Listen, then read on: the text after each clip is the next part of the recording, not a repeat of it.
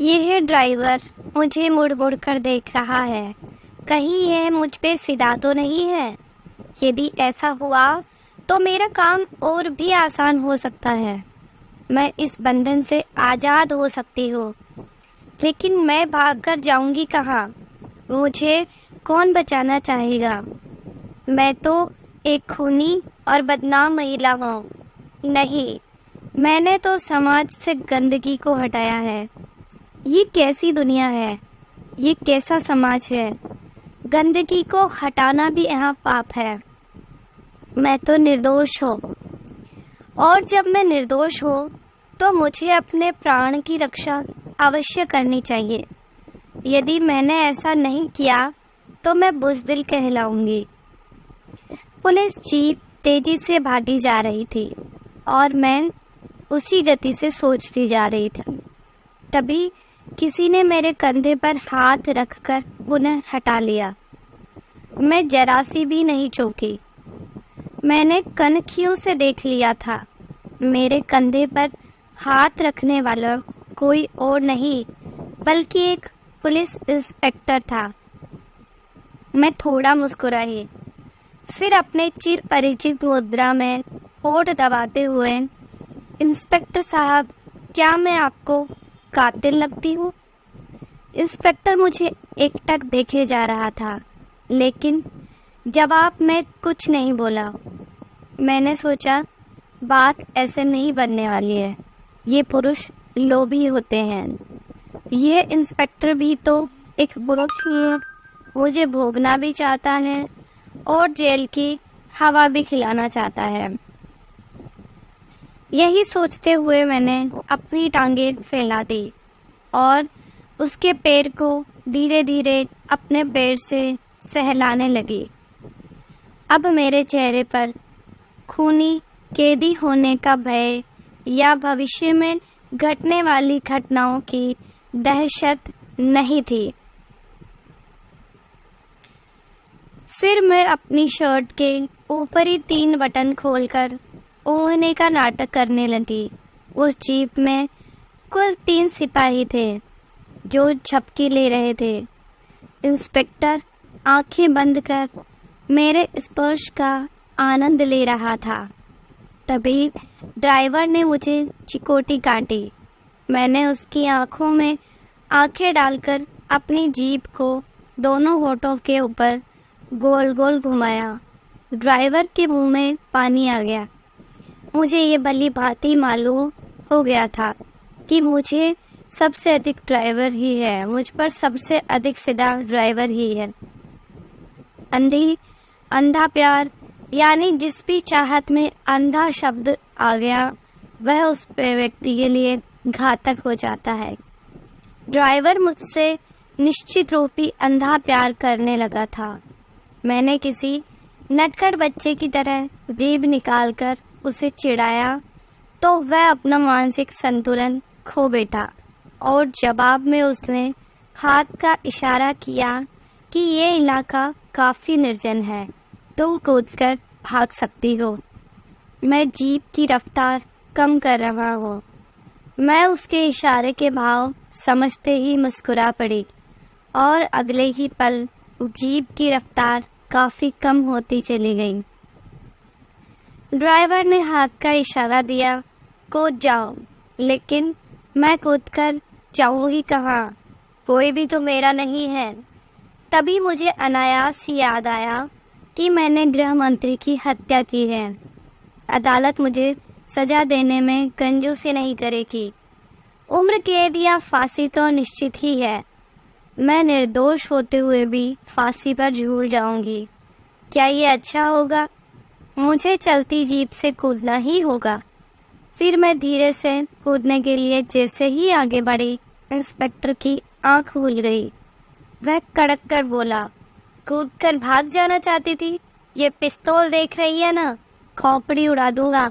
मैं सीट पर पुनः बैठ गई। इंस्पेक्टर ड्राइवर को डांटने लगा, तुमने स्पीड क्यों कम कर रखी है? लगता है इसके तीखे नैनों ने तेरे ऊपर भी जादू कर दिया है। बेवकूफ़, तू नहीं जानता, ये भाग गई तो हमारा क्या हाल होगा। इंस्पेक्टर साहब, यदि मैं भागना चाहूँगी तो आप मुझे रोक नहीं सकते। मेरे ये कहते ही इंस्पेक्टर मुझ पर भड़क उठा और पिस्तौल के पिछले हिस्से से मुझे पीटने लगा। मेरे हाथों में हथकड़ी थी। मैं गुस्से से बिफरती हुई बोली, है तो हथकड़ी, हिम्मत है तो हथकड़ी खोल कर देख। तुमने क्या मुझे गृह मंत्री समझ रखा है? ये कहकर उसने मेरी हथकड़ी खोल दी। अब तो हथकड़ी खुल गई ना, जरा भाग कर दिखा मुझे। मैंने अचानक ही उछलकर इंस्पेक्टर की नाक पर एक घूंसा मारा। उसके हाथ से पिस्तौल छीना और चलती जीप से एक चट्टान पर कूद गए। ड्राइवर ने जीप की रफ्तार और तेज कर दी। ड्राइवर का मेरे प्रति ये सच्चा प्यार था कि इंस्पेक्टर के मना करने के बावजूद वह जीप बहुत दूर तक लेकर चलता गया और फिर कहीं काफ़ी दूर जाकर रोका। मेरे भागने के लिए इतना समय काफ़ी था। मैं लगभग 1 किलोमीटर तक दौड़ने के बाद एक खाई में जा छुपी। मात्र 3 पुलिस और एक इंस्पेक्टर मुझे भला कैसे ढूंढ पाते। मैं घंटों खाई में दुबकी बैठी रही। तभी मुझे अचानक जूते की आवाज़ सुनाई दी। मेरे पूरे बदन में एक सिहरन सी दौड़ गई। तभी किसी की खखारने की आवाज़ आई। वह खाई के किनारे पर ही खड़ा था। मैंने उसे देखने के लिए जैसे ही सिर ऊपर की ओर उठाया, उसने मेरे मुंह पर थूक दिया। मैंने समझा कि उसने ऐसा जानबूझकर किया है। उसके सिर्फ जूते ही मुझे दिख रहे थे। इतने में ही एक हल्की सी बुदबुदाहट मुझे सुनाई दी। वह चकमा देकर कहाँ भाग गई। मैंने उसकी मदद न की होती तो क्या वह भाग निकलती? अब मैं समझ गई, ये ड्राइवर की ही आवाज़ है। इंस्पेक्टर सिपाहियों के साथ इधर ही होगा। हे ईश्वर, मेरी रक्षा करना, मेरा तुम्हारे सिवा कोई नहीं है। मैंने ये प्रार्थना सच्चे मन से की थी। आज मुझे महसूस हो रहा था कि जब व्यक्ति चारों तरफ से संकट में घिर जाता है तो वह ईश्वर के अस्तित्व को स्वीकार कर लेता है। जीवन में कभी भी मैंने ईश्वर को याद नहीं किया और न कभी मंदिर ही गई हो, पर आज संकट की इस घड़ी में वह अनायास याद हो आया है। ऐसा मैं सोच ही रही थी कि इंस्पेक्टर मुझे गालियां देते हुए जोर से चीखा। वह कमीनी हरामजादी आखिर भाग ही गई, लेकिन भागकर आखिर जाएगी कहाँ?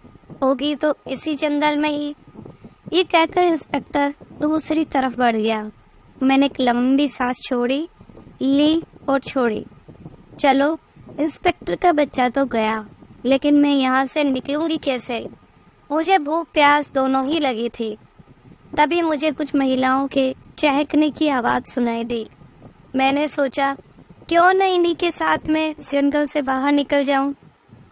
लेकिन मेरा ये सोचना गलत था, क्योंकि उनके और मेरे पहनावे में काफ़ी अंतर था। मैं दूर से ही पहचान में आ सकती थी। वे महिलाएं चली गई। जंगल के पास के ही गांव की रहने वाली थी शायद। मैंने थोड़ी हिम्मत की और झाड़ियों में छुपते छिपाते सामने वाली सड़क के किनारे जाकर बैठ गई। मेरी चुस्त पैंट नीचे से सिलाई छोड़ चुकी थी। शर्ट के बटन तो पहले से ही खुले थे। इसी बीच मुझे दूर से एक जिप्सी आती दिखाई दी। वह बड़ी तेज रफ्तार से चली आ रही थी। मैंने बैठे बैठे ही आगे की ओर झुककर याद दिलाना शुरू किया तो वह जिप्सी मुझसे तकरीबन 2 गज की दूरी पर आकर रुकी। मैं जानबूझकर लंगड़ाती हुई जिप्सी के पास पहुंची और अंदर बैठे व्यक्ति से बोली, मेरी गाड़ी का एक्सीडेंट हो गया, प्लीज़ मुझे आगे शहर तक छोड़ देंगे? वह आदमी शायद पहले ही खींचा हुआ था। मुझ पर नज़र टिकाते हुए बोला, अरे बाबा, किस शहर तक? आखिर उस शहर का कोई नाम भी तो होगा। ये कहते कहते जब उसकी नज़र मेरी शर्ट से जाते गति गोल गोल स्तनों पर पड़ी तो वह अचानक ही मुस्कुरा पड़ा। अच्छा ठीक है, तुम पीछे मेरे साथ वाली सीट पर आ जाओ। मैं फौरन उसके बगल में जाकर बैठ गई। ड्राइवर ने गाड़ी स्टार्ट कर दी। मैंने पूछा, वैसे आप कहाँ तक जाएंगे? मैं तो जहन्नुम तक जाऊंगा। ये कहकर वह चुप हो गया। मैंने मन ही मन सोचा, अजीब आदमी है, पूछने पर उल्टा ही जवाब देता है। खैर, कोई बात नहीं, ऐसे लोग ही मुझे सूट करते हैं। यही सब सोचते सोचते मैं उसको ऊपर से नीचे तक निहारने लगी। वह यही कोई 50-55 वर्ष का एक स्वस्थ व्यक्ति था। रंग उसका काला था पर देखने में स्मार्ट था, लेकिन उसकी आंखों में एक अजीब सा खालीपन झलक रहा था। तभी मुझे मोबाइल के घंटे की आवाज़ सुनाई दे गई। वह बातें करने लगा। हाँ, मैं उस मनोचिकित्सक के पास ही आ रहा हूँ। रीमा ने जब से मुझे तलाक दिया है तब से मैं और अधिक बीमार रहने लगा हूँ। मैं दवाइयाँ भी बराबर ले रहा हूँ, पर क्या करूँ, मन की बीमारी साथ ही नहीं छोड़ रही। ये कहकर उसने मोबाइल ऑफ कर दिया। मेरा ये दोस्त भी कितना पागल है, हर 10 मिनट बाद फ़ोन कर देता है। ये कहकर उसने मेरी तरफ देखा, फिर बोला, तुम कितनी खूबसूरत हो, स्मार्ट हो, लेकिन अपनी ये क्या हालत बना रखी है तुमने। हाँ, तुमने बताया नहीं तुम्हें कहाँ छोड़ना है। अब मैं उसकी गाड़ी से कहाँ उतरने वाली थी। मैंने अपनी आंखें गोल गोल नचाते हुए कहा, मैं भी जहन्नुम तक जाऊंगी। ये सुनते ही वह हंसने लगा। उसका साथ मैंने भी दिया। अब गाड़ी में बिल्कुल सन्नाटा छाया था और गाड़ी सड़क पर हवा की गति से तेज भाग रही थी। कोई 6 घंटे के लंबे सफ़र के बाद गाड़ी एक शानदार होटल के सामने आ खड़ी हुई। शाम का धुंधलका बढ़ता ही जा रहा था। उसने कहा, नीचे उतरो, आज रात यहीं गुजारनी होगी। मुझे गाड़ी से बाहर आने में काफ़ी झिझक महसूस हो रही थी, क्योंकि मेरे कपड़े एक 5 स्टार होटल में जाने लायक नहीं थे। शर्ट के बटन टूट गए थे, पैंट की सिलाई कमर से नीचे उधड़ गई थी। इन कपड़ों में चकाचौंध रोशनी के सामने जाना लोगों के मन में कई तरह के सवाल खड़ा कर सकता था। फिर भी मैं गाड़ी से बाहर आ गई। दूसरा कोई चारा भी नहीं था। गाड़ी से उतरे अभी 2 मिनट ही हुए थे कि 2 जवान लड़कियां उस आदमी के पास आ खड़ी हुई और दोनों उसके कंधे से झूलती हुई बोली, कैसे हो निर्मल? तुम्हारा भी कोई जवाब नहीं। मानसिक रोगी होने का ड्रामा करके तुमने रीमा से अपना पीछा छुड़ा ही लिया। उसका नाम निर्मल है, उन लड़कियों से ही मुझे पता चला। निर्मल खी खी की भद्दी हंसी हंसते हुए बोला, तुम दोनों के कहने पर ही तो मैंने रीमा को छोड़ने का मन बनाया। जब वह तलाक देने के लिए राजी नहीं हुई तो मुझे पागल होने का ड्रामा करना पड़ा। इस ड्रामे को हकीकत में डालने के लिए मुझे लाखों रुपए के अपने सामान तोड़ने फोड़ने पड़े। निर्मल का व्यक्तित्व धीरे धीरे मेरे सामने खुलता जा रहा था। वह अव्वल दर्जे का अय्याश मुझे लगा। उन दोनों लड़कियों के नाम कली और खिली थे और उनकी उम्र यही कोई 21-22 की थी। मैं सोचने लगी, स्त्री पुरुष के संबंधों की मुझे अच्छी पहचान है। अधिक उम्र के पुरुष कमसिन लड़कियों को ज़्यादा पसंद करते हैं और कम उम्र के पुरुष अधिक उम्र की औरतों को पसंद करते हैं। ये पसंद नापसंद का गणित भी बड़ा ही अनोखा है, बड़ा ही पेचीदा है।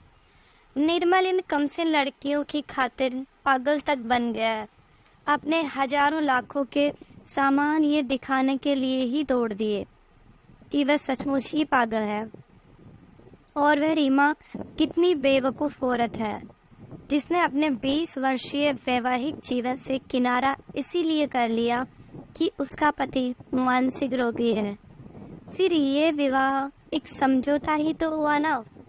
प्यार में तो कोई समझौता होता ही नहीं है, कोई शर्त, कोई मांग, कोई बंधन ही नहीं होता। और विवाह में उपरोक्त सारी बातें होती है।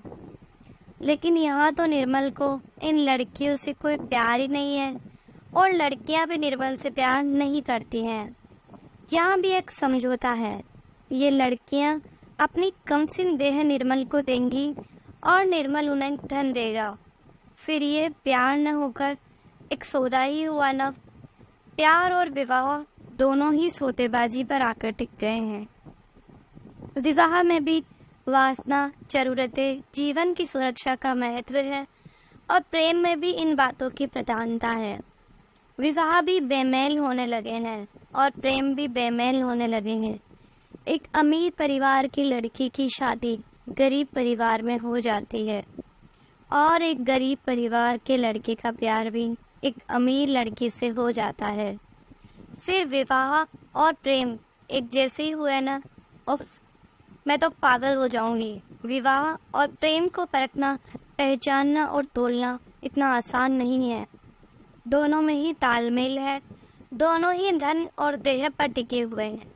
मैं अभी न जाने और क्या क्या सोचती, तभी निर्मल मेरे पास आकर अचानक ही बोल पड़ा, प्लीज़ तुम आज मेरे साथ ही होटल के कमरे में ठहर जाओ। मेरा जहन्नुम बस यहीं पर आकर खत्म होता है। कोई भी चीज़ मूल्यवान नहीं होती, क्योंकि उसको मूल्यवान या मूल्यहीन बनाने का काम इंसानों के हाथों में होता है। लेकिन एक औरत तो अमूल्य होती है, उसमें प्राण होता है जिनको इंसान पैदा नहीं कर सकता। क्या एक प्राणधारी को तुम एक चीज़ मान सकते हो? तो जाओ, इस पलंग से अपनी रातें हसीन करो। मेरी तरफ बार बार क्यों लपक रहे हो? ये कहकर मैं मुस्कुराने लगी। अब बस भी करो, ये कहकर निर्मल ने मुझे अपनी बाहों में समेट लिया। मैंने इसका कोई विरोध नहीं किया, क्योंकि मेरे मन में तो कुछ और ही चल रहा था। देखते ही देखते निर्मल निर्वस्त्र हो गया। अब मुझे भी निर्वस्त्र करने लगा। तभी मुझे अचानक गुस्सा आ गया और मैंने उसके गुप्तांग को हाथ से पकड़कर जोर से मरोड़ दिया। वह फर्श पर गिरकर पहले छटपटाया, फिर बेहोश हो गया। मैंने फटाफट उसके दिए कपड़े पहने और उसकी ओर घृणा से देखते हुए बुदबुदाई। चीज तो उसे कहा जाता है जो मारने पर या कुछ कहने पर प्रतिक्रिया स्वरूप कुछ कहती या हमला नहीं करती। औरत कोई चीज नहीं है, वह तो प्राणवान है। चोट लगने पर वह भी चोट करती है। फिर उस खोखार हसीना ने दरवाज़ा खोला और लंबे लंबे डग भरती हुई सीढ़ियाँ उतरती हुई चली गई। थैंक यू दोस्तों। आपको ये नॉवल कैसा लगा प्लीज़ कमेंट में ज़रूर बताइए, और आगे का भाग देखने के लिए प्लीज़ चैनल को लाइक एंड सब्सक्राइब ज़रूर कर दीजिए। Thank you.